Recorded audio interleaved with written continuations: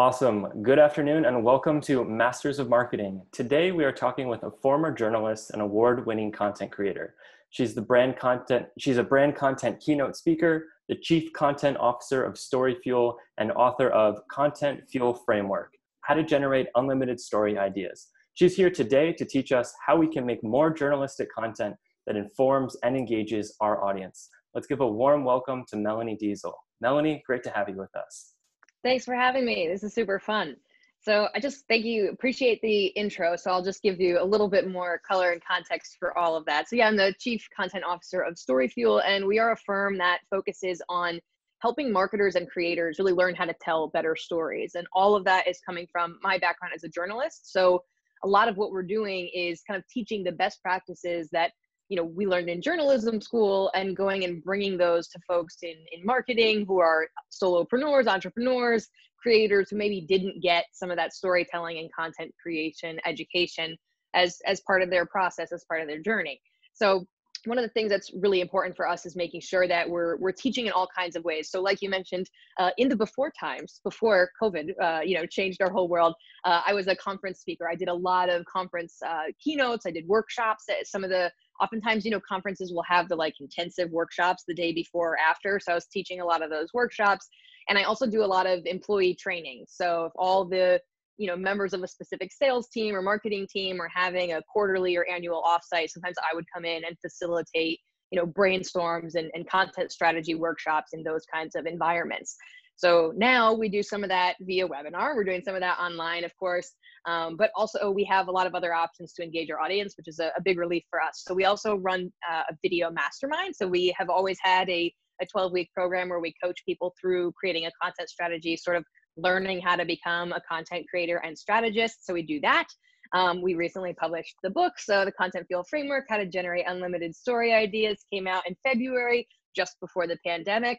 Highly advise not launching a book in the middle of a pandemic if you can avoid it. Not a great way to go. But obviously we're rolling with the punches here. And we also do some other things like coaching and consulting for certain brands and clients who need more of a one-on-one, more hand-holding through that process to discover their brand voice and discover how they're going to share that through content. So my background, like I said, I studied journalism. I studied investigative reporting as an undergraduate. And then I studied arts and cultural criticism in graduate school. And so I really had both the art and the science side of reporting in all that I was doing. And I interned at Rolling Stone. I was a copy editing intern who was designing, front pages of a local newspaper. A lot of really cool experiences there. But I realized that there's a lot of appetite for those kinds of skills in the more marketing and business world. So that's where that transition came into play. Where I kind of got my start in all of this, how I sort of changed from journalism to more of the branded stuff, was I actually first started at Huffington Post. So I was a content strategist there and built their brand storytelling team, which is now called HuffPost Partner Studio. And then they got bought by AOL and then bought by Verizon. And I think it's Riot Studio now. But we built that whole team of former journalists who are creating content for brands to live on HuffPost website. So things like sponsored blogs and sponsored listicles, the regular HuffPost stuff and love, but brought to you by brands. So we did things like recipes brought to you by Chobani that happened to have yogurt as an ingredient, things like that. But then I got brought over to the New York Times, where I was the first brand editor of branded content, and they brought me on to help build what is now T Brand Studio. So same function, different organization. We were helping all of our brand partners create sponsored content that lived on the New York Times platform or in print, rarely, mostly digital was what we focused on. And so there I got to work on, in-depth reported content that was just happened to be backed by brands. We did a lot of video, interactive infographics, really, really cool stuff. And that's actually what I want to share with you guys today is a campaign that I worked on while I was there.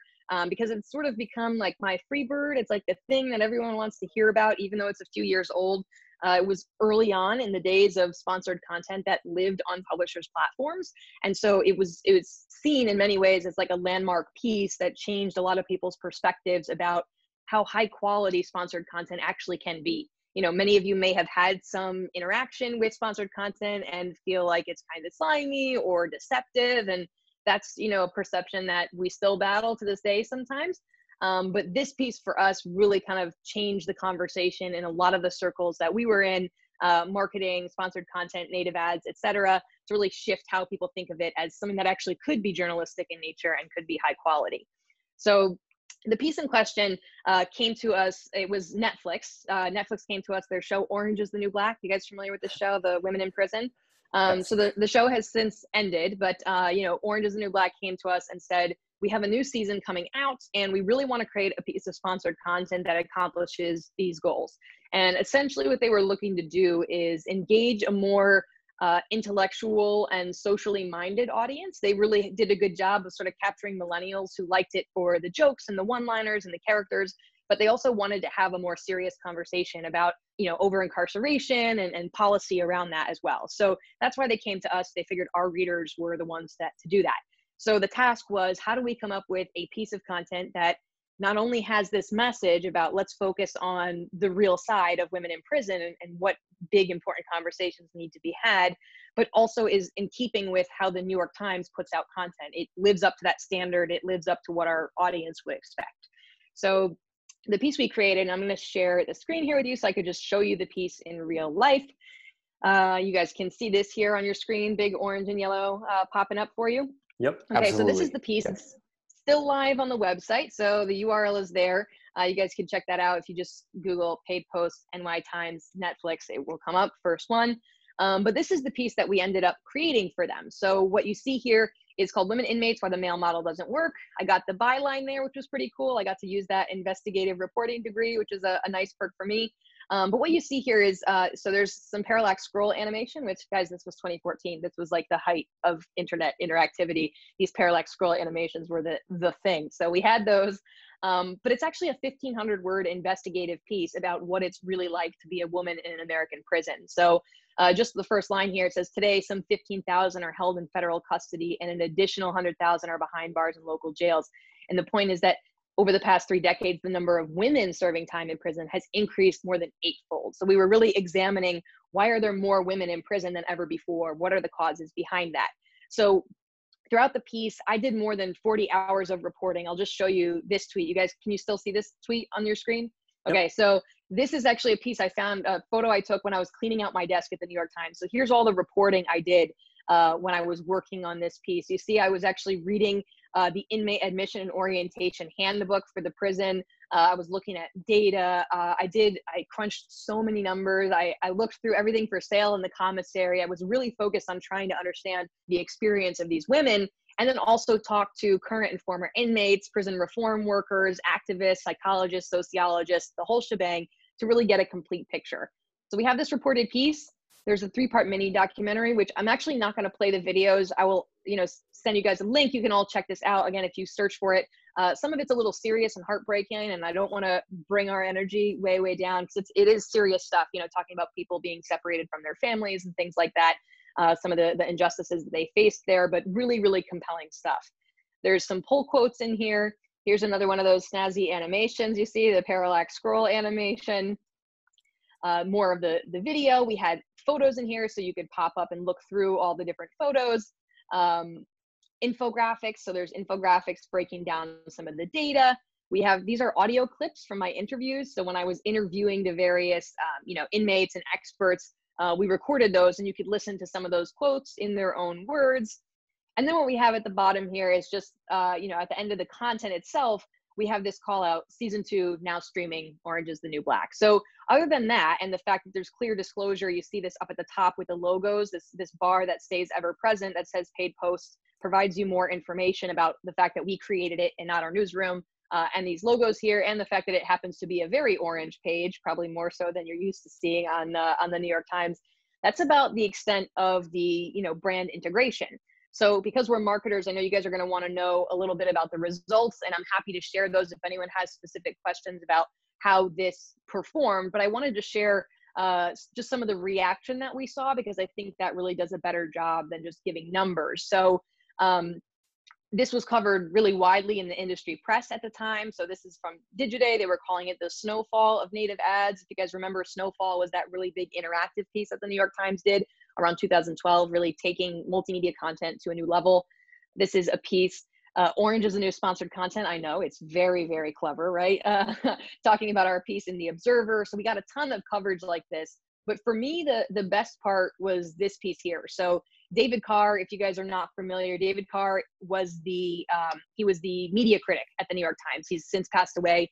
But David actually tweeted out a link to our sponsored content piece and said, all brand sponsored journalism does not suck. Witness this speech by M. Deziel on women in prison from Netflix, naturally, and shared the link to the piece. So for me, as someone who, wanted to be David Carr when I grew up as a young journalist, it meant so much to us to know that we had, as you can see, if I zoom out here, I replied with a heart, no favorites, just noting that there. So didn't go over how I expected. But I was really impressed that we were able to impress someone who probably would have been a big critic of this kind of work.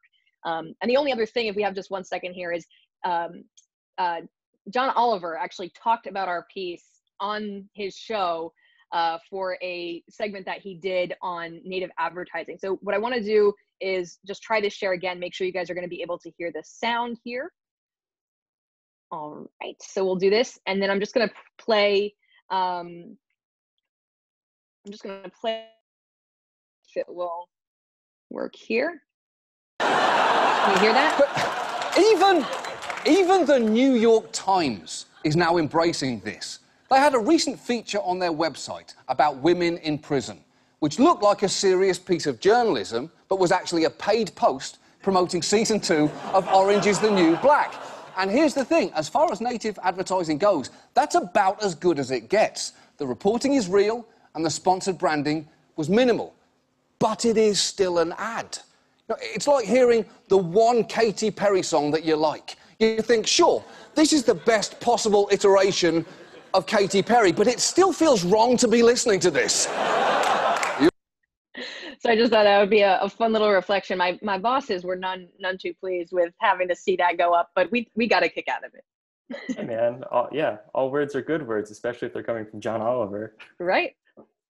So I gotta start here, Ross, because the thing is this worked, and anecdotally, this worked directly on me, because I got introduced to Orange is the New Black through John Oliver in that clip. Yeah. What? That's crazy. Yeah. And I watched every single episode of the entire show. That's the power of earned media, right? I mean, we didn't pay for that placement, obviously. It's just the fact that we kind of knocked it out of the park with what we created, earned us that joke, I guess. And then it converted you. That's awesome. Yeah, and then I looked up the show, and it's something that I was interested in, and I watched the entire show, which is kind of crazy. It's a small world, but I gotta ask, on the flip side, I'm like, man, this is so, like, maybe in a couple of years, this type of engagement is within my reach, and I just gotta it's this big brand experience, and it's interactive, and it's awesome, and it's engaging, and then the thing that comes to me is like, okay, we know that it works, it worked on me. Yeah. When you start to think about, can you do these types of things in more edible segments? Because what you're talking about is something seems like such of an investment with we're running our own business right now. Just even doing this show for us, it seems like an enormous amount of time spent. How does somebody start to take this strategy and break it down into something that's more, 40 hours is half of my week right now. Right. How do I break that down into something that's more edible, 10 or 20 hours? And how would you start to approach that? It doesn't even need to be on that scale. So just to if anyone's panicking, I don't have the resources for that, I don't have the time, we're talking about Netflix with a Netflix budget, right? that was a 6-figure investment in that piece, a mid to high 6-figure investment, right? Because they wanted to make a big splash. They're Netflix, right? We had so much social promotion behind it. There was a lot that went into that doesn't need to go into the stuff that most of us are doing on a day-to-day basis, right? We shouldn't be trying to replicate that, because it won't work in the same way for us as it did for them. The other thing that's important to know is that piece of content was as big and as in-depth as it was because it was on the New York Times, right? That's what our readers expect: well-reported, in-depth, multimedia. They also, the same week, did a piece with BuzzFeed that was called 23 Reasons Prison Might Not Be So Bad After All, and was just a list of gifts from the show that I have to imagine took like 30 minutes to make, right? And that worked really well for that audience on that platform. So what I want you to take from this is not that you need to go create a 6-figure in-depth reported that's probably not in, I mean, I've never done it again. So it's not in our reach, on a regular basis. But it's the idea of saying, what is our message? Where is this content going to live? And how do we kind of bridge the gap between those things? How do we say what we need to say in an environment, in a way that's going to feel natural and like it belongs here? And even just a micro version of this is, as you're thinking about your message, how do we put this out on LinkedIn, where we know our audience is professional, thinking about jobs, thinking about things in a more financial, professional, mindset, versus the way we might talk about it on Instagram, where it needs to be visual versus text, right? And it needs to be more engaging. We can't just drop a product photo because that's not the kind of photos that work there. So it's just a matter of really saying, like, where is this content going to live, and how do I best bring the story to life in that environment in the most natural way? So most of us, I don't think, will ever be in the position to spend that kind of money in that kind of environment. But we can take what worked and apply it to the budgets and the environments that we do have access to. So then, to follow up with that, what is the one piece that you would do? Would you start with just a short blog post and going deeper into some investigative journalism by talking to some clients? Or how would you apply everything that you learned in your degree to make a compelling piece of content? For sure. So I'm going to answer that question 2 ways, if that's cool. So the first thing I'll say is, like, personally, I would probably start with the reporting and the writing, because that's my strong suit. I didn't make the videos that are on that page. We had a video person who built those, right? I didn't design the infographics, not my strong suit. We had a designer who made those. So I think it's really important to acknowledge what your first content language is. Like, where do you produce most fluently? If it's audio, video, writing, whatever the case may be, lean into that strength, because you're going to be more productive and happier doing it than if you try to force yourself into a format that's really uncomfortable and difficult for you. So that's how I would approach it. But I think probably more useful is if I can give you like 5 things that are journalism best practices that you can apply to your content, no matter what it is or where it lives.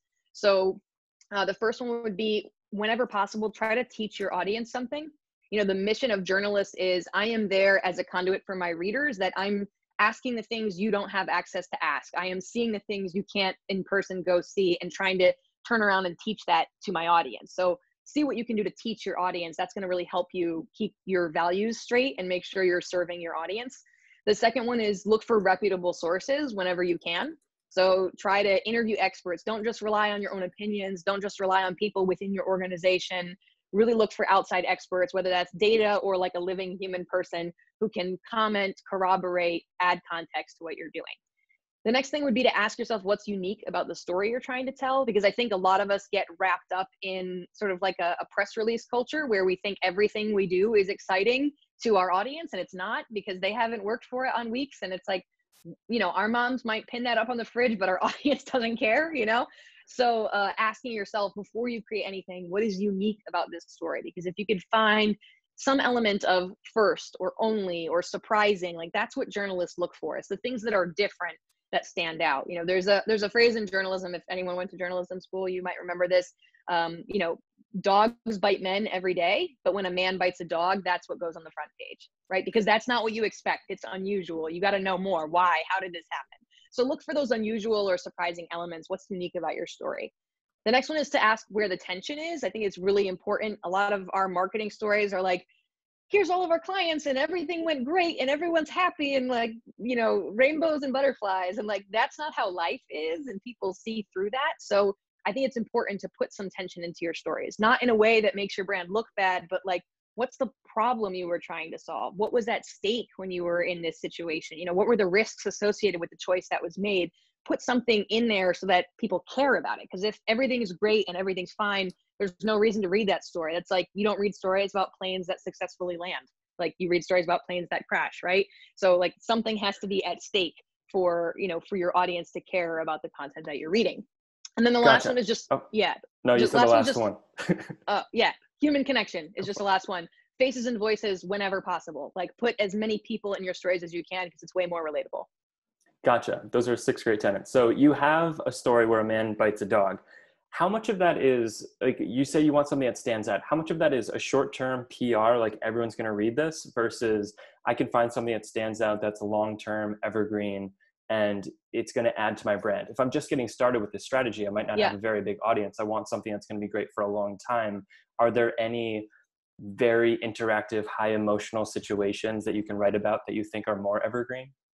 I mean, yeah, I think a lot of situations are. Oftentimes it's a news angle that brings us into a story. Like, why are we telling it now? So there's something happening in the conversation. You know, you might be reading a story right now about how to clean certain items in your home, or how to stay fit while you're working from home, right? Those are particularly relevant now because they're newsworthy, but people will still be working from home and still cleaning things in the future. So that content will still give you some mileage. So that's what I would look for, is and that's where the teaching content is really, really valuable. Like, someone is always trying to learn how to do something, right? And we often turn to search to find out how to do those things. So look for that teachable, instructional, process-focused content, and try to find something that has a newsworthy angle for right now, but does have that longevity. I think that's the best way to get, the best bang for your buck. Gotcha. Along the same lines of that question is kind of the building an audience versus getting clicks. Brian, did you have a more in-depth question about that? Yeah, I have like a completely tangential question. Yeah. And being an ex-journalist, and this is not necessarily masters of marketing, but this is just kind of just really interests me, if somebody like getting an insider. So we do like a lot of analysis and data analysis of like articles and kind of like what's working on social, and big giant tech nerds, data-driven marketers, all this stuff. Yeah. So we're finding that SEO articles, they tend to be positive and work within the Google search and their SEO. And for publications, they tend to trend negative in their sentiment, and they're capturing clicks, right? And I feel like that there's like this downward spiral of newspapers and journalism that's gone completely negative. And do you feel like that piece would work today? Is there enough attention? Is the attention span of the individual going to engage in a long form piece, do you feel today? Or is that kind of ship sailed, and this has to sit on a different channel now than necessarily like a newspaper? Like, if you were to redo that piece today, would you still do the New York Times? And would you change anything about it?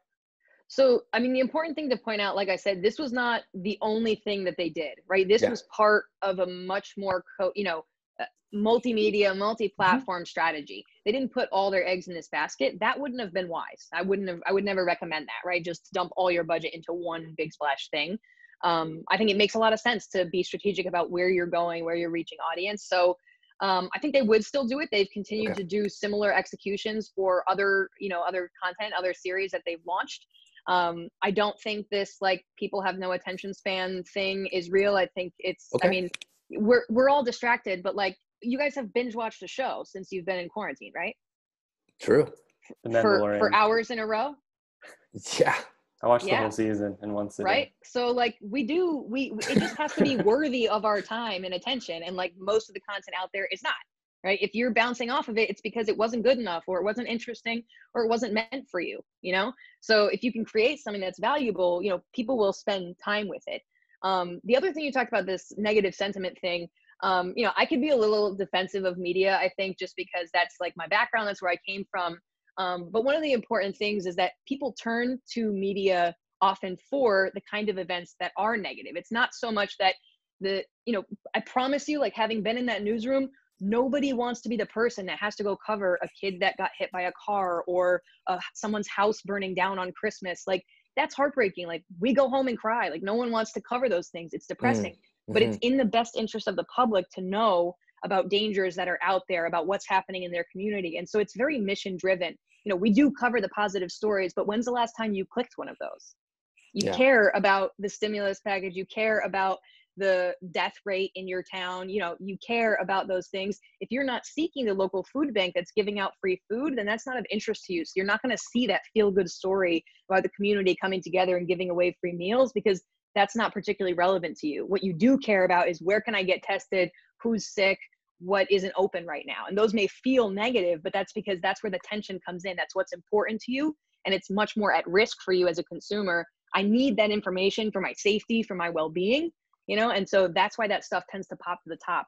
The big thing that I always say is if you think that the media is going toward those things, know that all of you guys in your campaigns, you accept all of the negative content. You don't want your ads to show up on war, on crime, on rape, on death, right? Any of those negative things. It's not a good business decision to only create negative stuff because we can't put ads against it and can't make money, right? So it's like, we're not trying to make the world dramatic. It's not even in our financial best interest to do that. It's just, those are the stories that tend to have the most impact for us.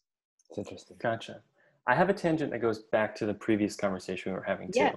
So you talked about doing amazing, incredible, outstanding things and writing about them. We had a conversation with someone about partnerships yesterday, and his whole thing was, well, if I'm the little guy and I do something amazing, fantastic, creative, then I can go use something like Help a Journalist Out and I can get on there. Can you talk a little bit about that? If you're in a position where you're just starting something new, how can you take advantage of not even writing your own content, but just doing something noteworthy? 100%. So I'm going to give you a couple of tips if you're trying to get more coverage, get more visibility. The first is 100% help a reporter out. Love that. If you guys aren't familiar, sign up for Help a Reporter Out as a source. This allows you to get several times a day. You get an email, and it will tell you journalists who are looking for certain types of sources. They want an entrepreneur to share what they're going through during this weird time, and you reply, and maybe you get quoted in Forbes, maybe you get quoted in the Wall Street Journal, right? So look at that every time and reply as quickly and as thoroughly as you can. Like, really read the prompt, answer their exact question, and try to get back to them quickly because we're all on deadlines. It's a really good way to get some coverage. The other thing that I recommend, again, this is great if you have minimal resources and you're trying to get people's attention, is curate resources where other people are going to be tagged and incentivized to share. So I'll give you an example. If I'm trying to reach, I just wrote a book. I wrote a book about marketing. I'm trying to reach other people who are, are interested in marketing books. It would be smart of me, and I don't know why I haven't done this, but to create a curated list of 15 books every content marketer should read. Because when I share that and you're book number one, Ross, then you're going to share that list out because look, you're on a list of marketing books you have to read. And Brian, your book is on the list. So you're going to share that out to your audience of marketers who read marketing books, right? So it's very cheap to curate lists of resources. You could do podcasts, books, events to go to, movies to watch, podcasts. You could do anything, right? Curate resources, tools where you could tag the companies, curate those things, and then share them out individually. The one thing I will say is when you share it out, you want to share an individual tweet or post that highlights each of those people on their own, because Ross is going to retweet the one that mentions his book, not the one that mentions Brian's book. Right? And Brian wants to retweet the one with his book. So I'll say, super awesome marketing advice by Ross Gates and 13 other books every content marketer should read. And you're going to retweet it because you're like, wow, I look great. So if you do that for each of the folks you're curating and featuring, it really helps your content get out there. Melanie, that is a great idea for a strategy. We are going to chop that out and that put a video on it. So good. Yeah. Do it. Done. Okay, with 1 minute left, I have 3 wrap-up questions that we always ask, and I'm just going to ask them all at once. Okay. 1, where do you go to find the best content so you can stay ahead of the curve and learn more about journalism, investigation, whatever it is? 3, because I forgot 2, where can people reach out to you and stay up to date with you? Like LinkedIn, what's the best way to communicate with you? And Brian, do you remember what number 2 is? Oh, what's the you can ask it 2 ways, right? So what is the campaign that you ran that you had your heartstrings, like your heart broke, or what was and it didn't work, or the opposite, what did you thought didn't work that ended up like way exceeding your expectations? So you can. All right. So I'm going to answer number 2 first because it's top of mind. When I worked at HuffPost, I was not necessarily super proud of a lot of the work that we did. It worked really well, but like the journalist inside me was shriveling up and dying a little bit. And this was a piece where I felt icky doing it and it worked super well. It surprised the crap out of me, it was for Charmin, and it was 19 things to do on the toilet to pass the time. And so it was like, download this Sudoku app, like, plan your day, listen to a conference call. And it was supposed to be ridiculous, but like it did so much better than I expected. I thought like, this is just cringeworthy, and people thought it was hilarious. So that was really surprised me. It was, So that was a good one. What was the first question again? Where do I go? Oh, where do I go for resources? So Content Marketing Institute, CMI, if you are not connected with them, they publish all the best stuff of what's happening in the content marketing space, a lot of resources, courses, all kinds of stuff. Social Media Examiner is very similar, but covering a lot of what's happening in the social world. And the last one, if you're in the native advertising sponsored content space, check out the Native Advertising Institute. They're based out in Copenhagen, and they do a lot of research. They have a conference. They do, interview experts. So specific for the sponsored content stuff, I would check those out. So that was Content Marketing Institute, Social Media Examiner, and Native Advertising Institute. And then if you want to learn more about me and my team, we are at storyfuel.co. That's our website. I'm Melanie Deziel, Deziel. If you search for me on social, you will find me. You will know that it's me because I look like this.